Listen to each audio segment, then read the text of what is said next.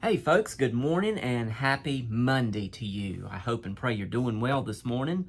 Hope and pray that you have been doing well thus far this morning anyway. It's a little bit later than usual on Monday for this, but in any case, what a wonderful opportunity we have to have a few minutes to consider what God have to tell us this day.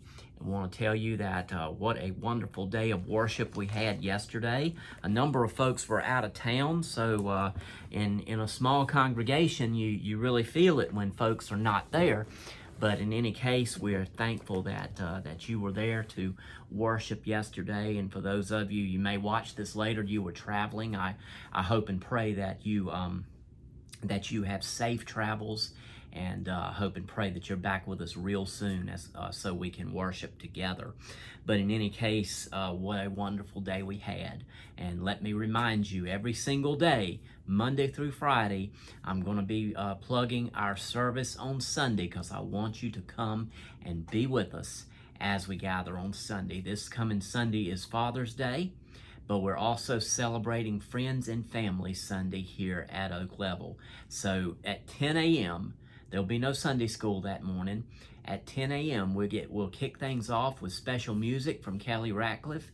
He's been here before. He goes to a lot of different places and provides ministry and song, and he's going to be with us on Sunday.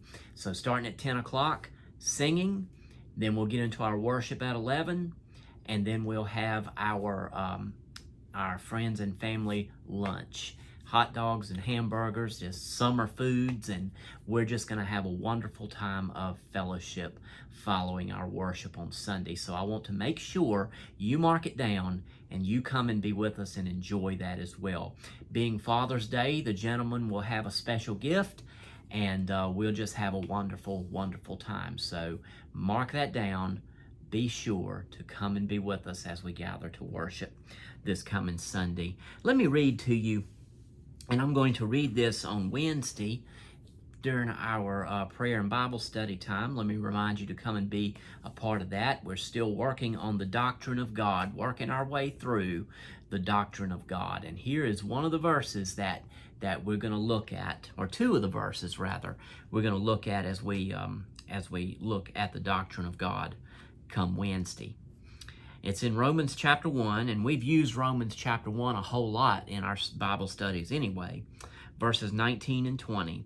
Because that which may be known of God is manifest in them, for God has showed it unto them. For the invisible things of him from the creation of the world are clearly seen, being understood by the things that are made, even his eternal power and Godhead, so that they are without excuse. Folks, if you've been to our prayer and Bible study here recently, or if you've seen the video, you know that in our journey through the doctrines of the Bible, we have landed for a little while on the doctrine of God. And the main premise that we started out with when we was talking about that is that every human being has inborn in our souls, in our psyche, the knowledge that there is a God. Now, a lot of people may not recognize him as the true God, but every person has that part in them that knows there's got to be some intelligent creation. And this verses here pretty much prove it. Now, Paul is speaking of the true God, but it pretty much proves what I just said, that each and every one of us have inborn in us a knowledge of God.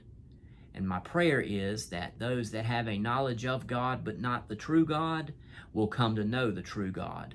Paul says right here, once again, verse 19, because that which may be known of God is manifest in them, for God hath showed it unto them. For the invisible things of him from the creation of the world are clearly seen, being understood by the things that are made, even his eternal power and Godhead, so that they are without excuse. Basically, what's Paul saying right there? He's saying that we all have in our souls the knowledge of God, so we are without excuse when it comes to the true knowledge of the true God. So may that encourage us this day and every day as we consider our wonderful Lord and Savior. And I hope and pray that you have a wonderful Monday. Love you, folks, and I'll talk to you a little bit later. God bless you.